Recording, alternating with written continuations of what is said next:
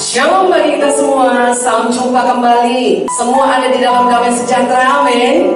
Ya baik, sebelum kita menaikkan pujian penyembahan kita bagi Tuhan, mari kita dengarkan dulu Tiwan Sopar, sikap kita dalam posisi berdoa.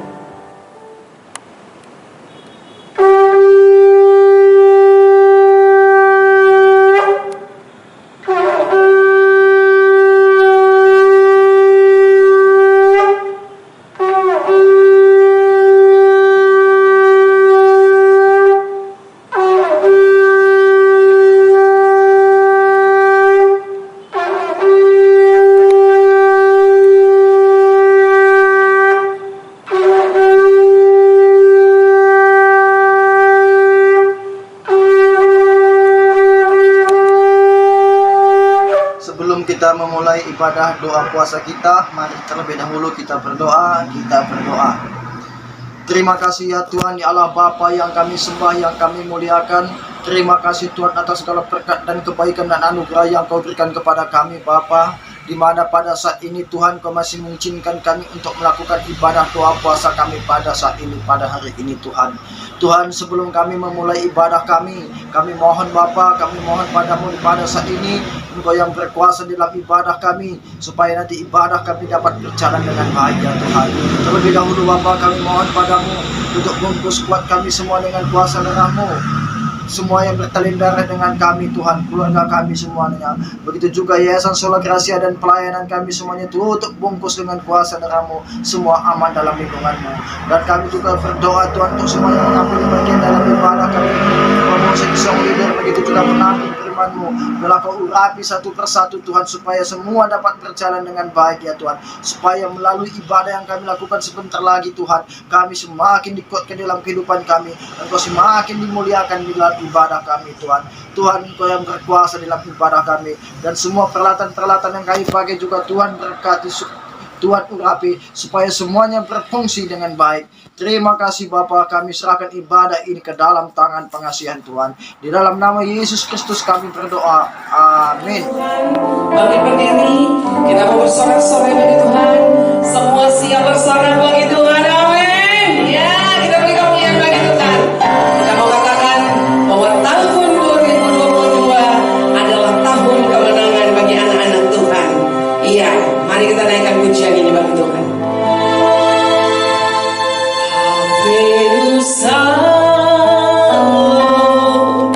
Hallelujah.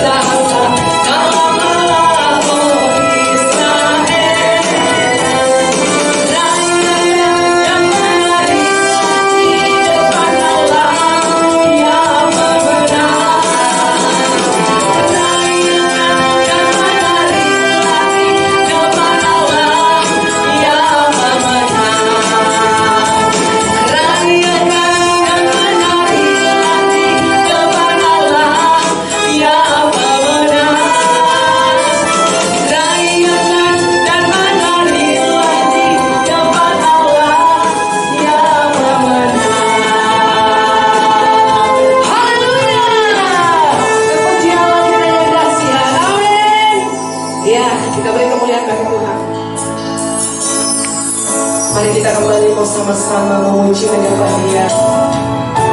Kita boleh tenggelamkan oleh roh Allah, roh yang selalu meliputi setiap pribadi lepas pribadi, yang hatinya sungguh-sungguh memuji dan menyembah Tuhan. Mari saudaraku, dengan hati yang menyembah, kita mau berhaleluya bagi kemuliaannya, karena hanya Dia Allah yang layak dipuji dan disembah. Haleluya.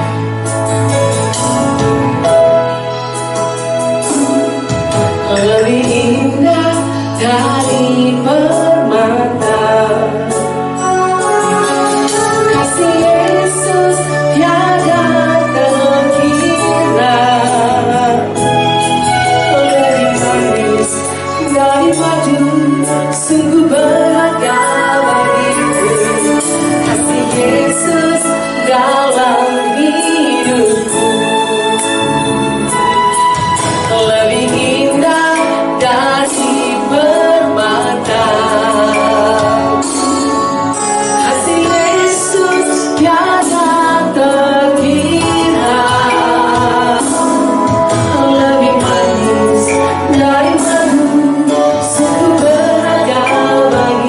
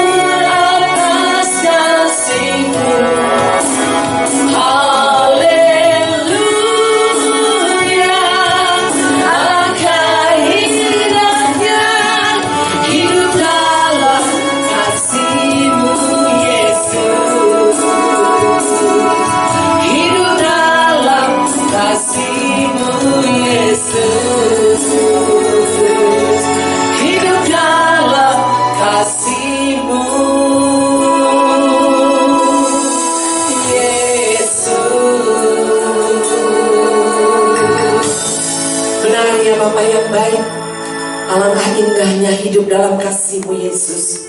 Lebih indah daripada permata, bahkan lebih manis daripada madu.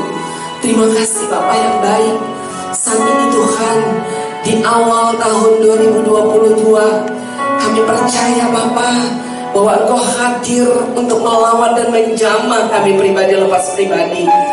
Sehingga setiap kami yang sudah memuji menyembah-Mu, yang sakit sudah disembuhkan dalam nama Yesus, yang terikat dilepaskan di dalam nama Yesus, yang miskin diperkaya dalam nama Yesus, yang kaya menjadi jar saluran berkat di dalam nama Yesus, bahkan yang bimbang diteguhkan di dalam nama Yesus, yang luka batin Engkau membalas dengan cinta kasih-Mu, bahkan yang berbeban berat, Engkau Allah yang sudah memberi kelegaan bagi kami. Terima kasih Bapa Sorgawi. Terimalah setiap pujian pengagungan kami ini menjadi doa yang harum di hadapan-Mu. Karena semua kami persembahkan hanya di dalam satu nama yang indah dan berkuasa, Yesus Kristus, Tuhan dan Juru Selamat kami yang hidup. Kami berdoa dan bersyukur. Haleluya. Mari semua kita yang sedang memuji menyembah Tuhan bersama saya, kita katakan amin. Kita beri kemuliaan bagi Tuhan. Mari kita bersatu dalam doa. Bapa di surga, Bapa yang baik, Bapa yang penuh kasih, kami bersyukur Tuhan atas segala kebaikan dan kemurahan-Mu yang selalu menyertai seluruh kehidupan kami. Saat ini kami datang ke hadapan-Mu Tuhan. Kami bermohon biarlah Tuhan melawat setiap generasi muda kami, agar mereka semua menjadi anak-anak yang takut akan Tuhan, senantiasa suka mencari wajah Tuhan, sehingga tercipta generasi muda yang takut akan Tuhan, yang akan membawa bangsa ini untuk memuliakan nama Tuhan. Terima kasih Bapa, kami juga berdoa buat setiap gerakan radikal pada terorisme. Biarlah Roh Kudus-Mu menjamah setiap mereka Tuhan, sehingga mereka berbalik dari jalan-jalan mereka dan menjadi penyembah-penyembah yang benar di hadapan-Mu Tuhan. Tangkap mereka satu persatu ya Bapa. Terima kasih Bapa, kami juga berdoa buat setiap hamba-hamba Tuhan, para misionaris dimanapun berada. Biarlah Tuhan penyataan-Mu sempurna atas setiap hamba-hamba-Mu ini. Biarlah mereka tetap ada dalam koridor-Mu. Pakai mereka terus Tuhan untuk kemuliaan bagi nama-Mu saja. Terima kasih Bapa. Kami juga berdoa buat kesatuan gereja yang ada di Indonesia ini Tuhan. Biarlah Tuhan tidak ada satu gereja pun yang terpecah belah Tuhan, tetapi gereja yang satu dengan gereja yang lain saling bergandengan tangan, bahu membangun untuk membawa kemuliaan bagi nama-Mu, sehingga hati-Mu disenangkan atas bangsa kami ya Tuhan. Terima kasih Bapa, inilah doa dan pengharapan kami sampaikan kepadamu melalui Putra-Mu yang kudus, Yesus Kristus, Tuhan dan Juru Selamat kami yang hidup. Haleluya, amin. Salam Bapak Ibu yang terkasih dalam nama Tuhan Yesus Kristus. Bagaimana kabar kita semuanya? Kita akan senantiasa merasakan damai sejahtera yang datangnya daripada Tuhan. Kenapa? Karena Yesus sudah mengatakan kepada kita supaya kita tetap bersuka cita apapun keadaan kita, bagaimanapun kita. Dan kini saatnya kita akan mendengar firman Tuhan. Tapi sebelum kita mendengar firman Tuhan, kita berdoa terlebih dahulu. Kita berdoa. Bapa Surgawi, kami bersyukur dan berterima kasih ya Tuhan, karena Engkau sudah mengurapi semua yang bertugas pada hari ini, di ibadah ini, secara luar biasa. Dan saat ini juga kami masih terus memohon urapan-Mu Tuhan, supaya semua peralatan yang kami pakai akan berjalan dengan baik, dan kami dapat melakukan ibadah ini sampai dengan selesai. Tuhan, urapi semuanya saudara kami yang mendengar dimanapun mereka berada, bagaimanapun keadaannya. Tuhan, Engkau yang menilik mereka, memberkati mereka, mengurapi mereka, berikan urapan pengajaran. Kami juga Tuhan hamba-Mu yang akan menyampaikan firman Tuhan. Engkau urapi hamba mulai dari ubun-ubun sampai ke ujung kaki. Urapi bibir, lidah, mulut hamba, supaya apa yang Engkau ingin hamba sampaikan, semuanya akan hamba sampaikan Tuhan, dan tidak ada yang menyala. Terima kasih Tuhan, terpuji Engkau, termulia Engkau. Di dalam nama Yesus Kristus kami sambut firman-Mu. Haleluya, amin. Firman Tuhan yang kita dengar pada sore hari ini diambil dari Matius 8 ayat 16 sampai dengan 17, yang berbunyi demikian. Saya akan bacakan dan bersama-sama kita menyimaknya. Menjelang malam dibawalah kepada Yesus banyak orang yang kerasukan setan, dan dengan sepatah kata Yesus mengusir roh-roh itu dan menyembuhkan orang-orang yang menderita sakit. Hal itu terjadi supaya genaplah firman yang disampaikan oleh Nabi Yesaya, Dialah yang memikul kelemahan kita dan yang menanggung penyakit kita. Demikianlah firman Tuhan. Berbahagia kita yang mendengar firman Tuhan, terutama yang melakukannya dalam kehidupannya sehari-hari. Salam Bapak Ibu yang terkasih. Menjelang malam dibawalah kepada Yesus banyak orang yang kerasukan setan dan juga yang sakit.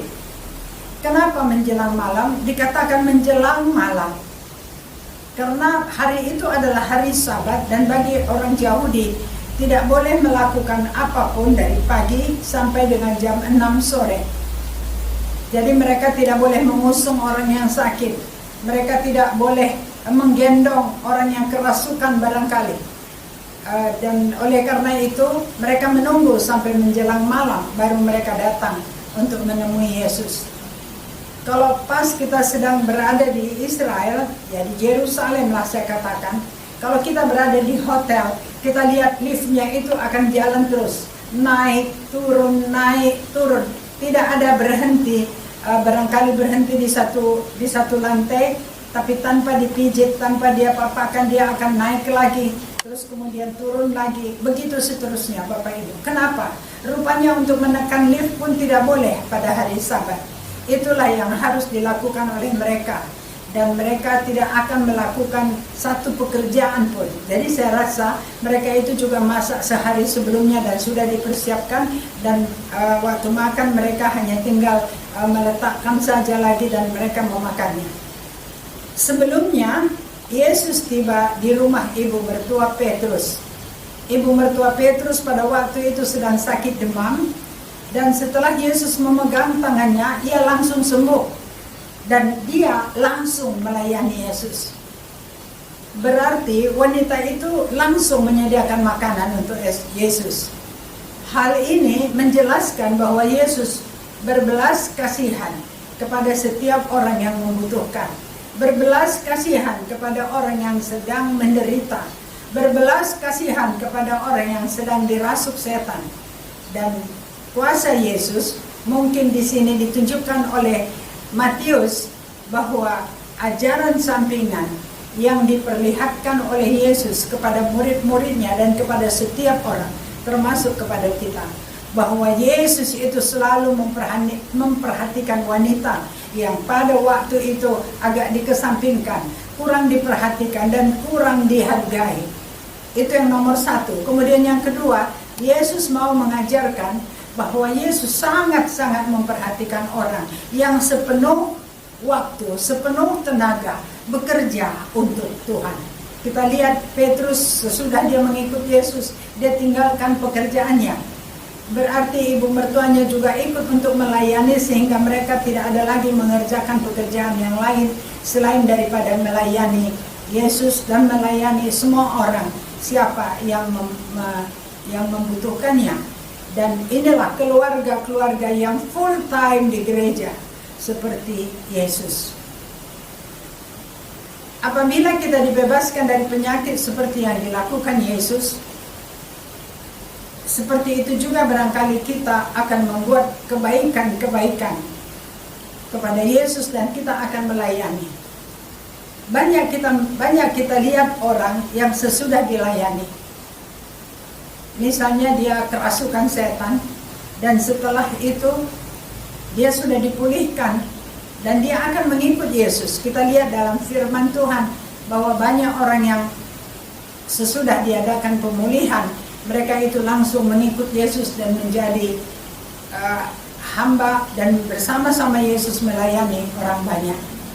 Setelah itu banyak orang yang kerasukan seperti tadi yang sudah kita baca, dibawa kepada Yesus, ya, di mana roh-roh jahat yang sedang berkuasa di dunia ini dan yang merasuki banyak orang dan mungkin sekali mempengaruhi kesehatan tubuh orang yang sedang dirasukinya. Tetapi tidak semua orang yang sakit itu dirasuki oleh setan.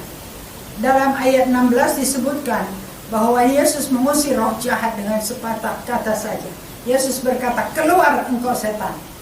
Dan setan itu pergi ketakutan dan cepat-cepat keluar. Yesus mengusir roh jahat dan menyembuhkan orang sakit. Itu berarti kerajaan Allah dunia baru sudah mulai diwujudkan. Sebab dalam kerajaan Allah, dunia baru, tidak ada tempat untuk roh jahat dan penyakit. Yesus mengadakan penyembuhan ilahi. Matius selanjutnya menunjukkan sifat kerajaan Yesus dengan menjamah satu kali saja. Dengan menjamah satu kali saja, Yesus menyembuhkan. Dengan mengucapkan sepatah kata saja, roh-roh jahat keluar dari hadiratnya.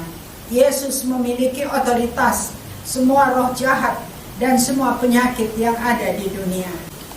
Penyakit dan kejahatan adalah konsekuensi dari hidup akan dunia yang berdosa.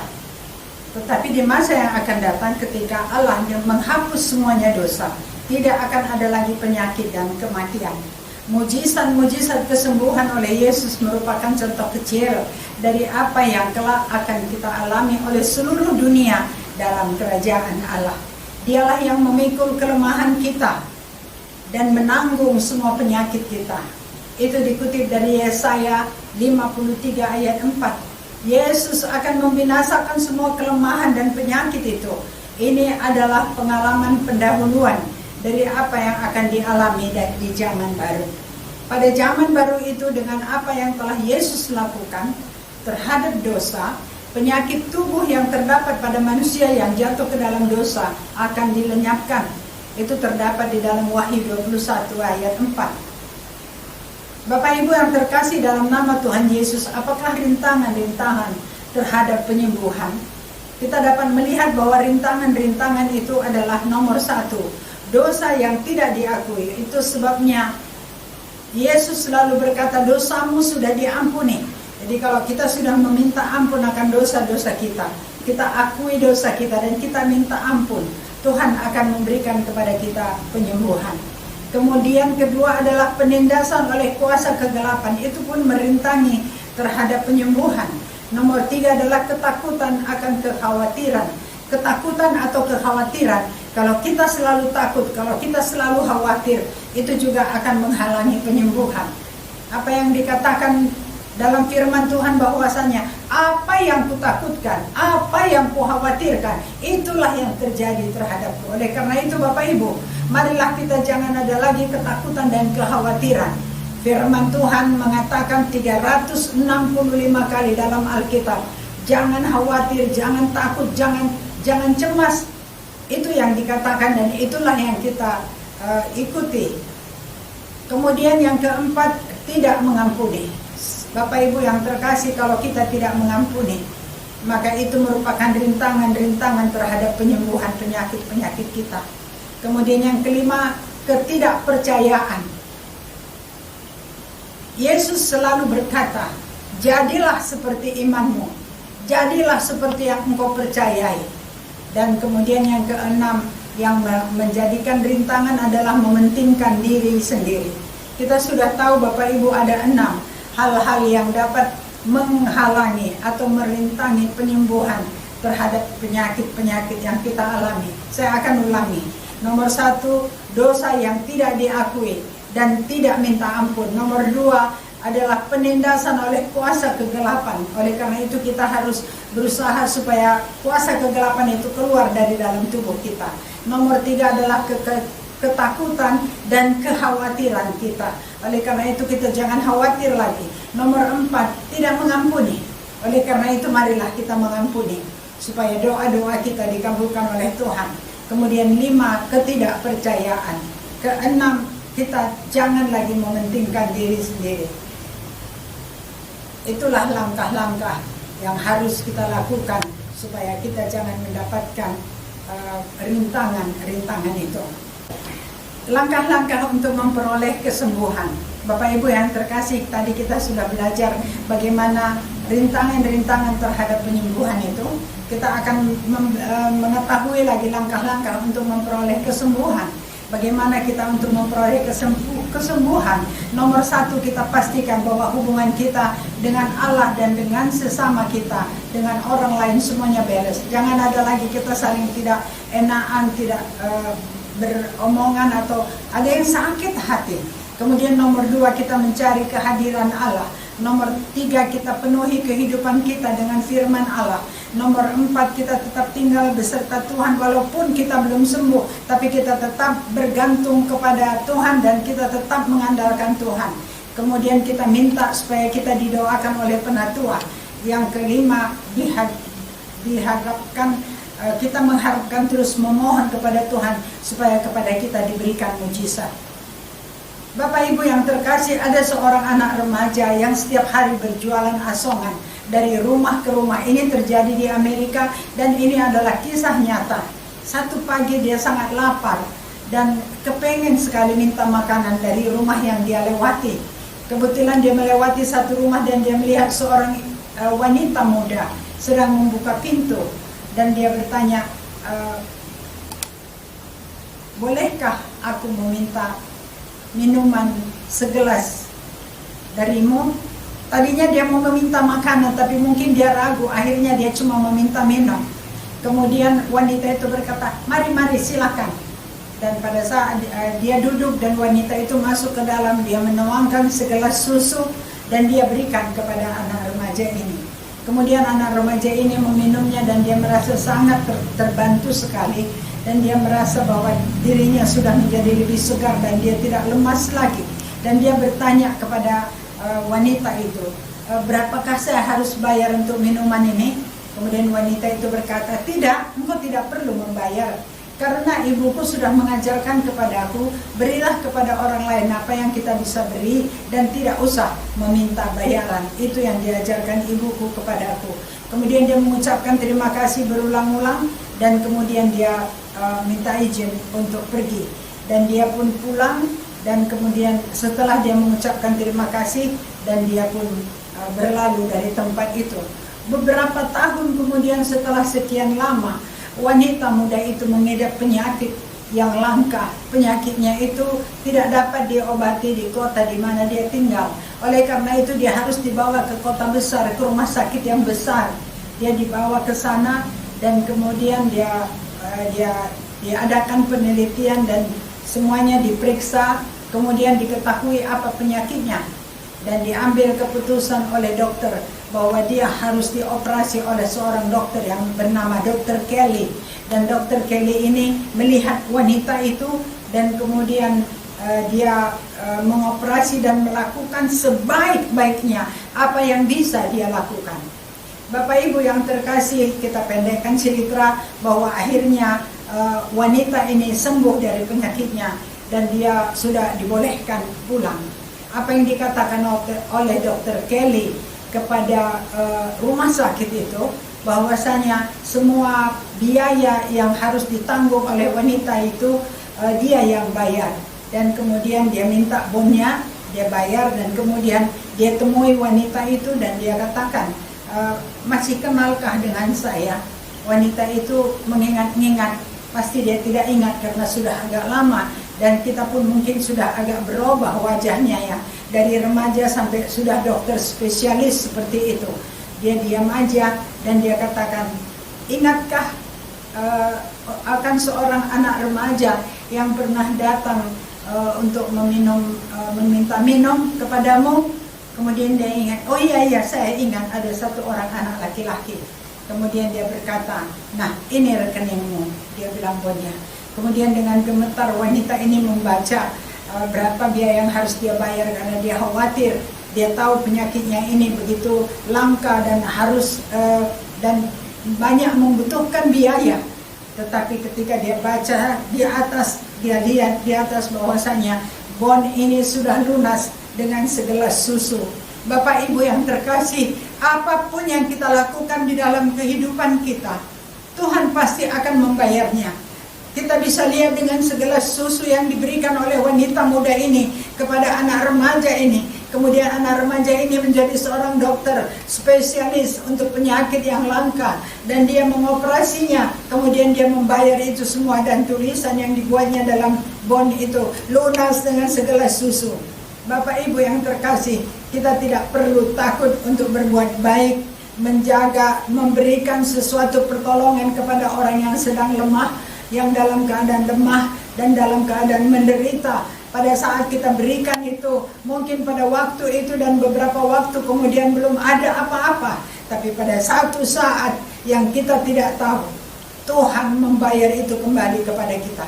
Karena setiap kali kita memberikan sesuatu kepada orang yang lemah, orang yang menderita, orang yang sedang dalam keadaan papa, kalau kita berikan, Tuhan akan berhutang kepada kita. Firman Tuhan mengatakan, jikalau engkau melakukan itu, maka engkau sudah memiutangi Tuhan.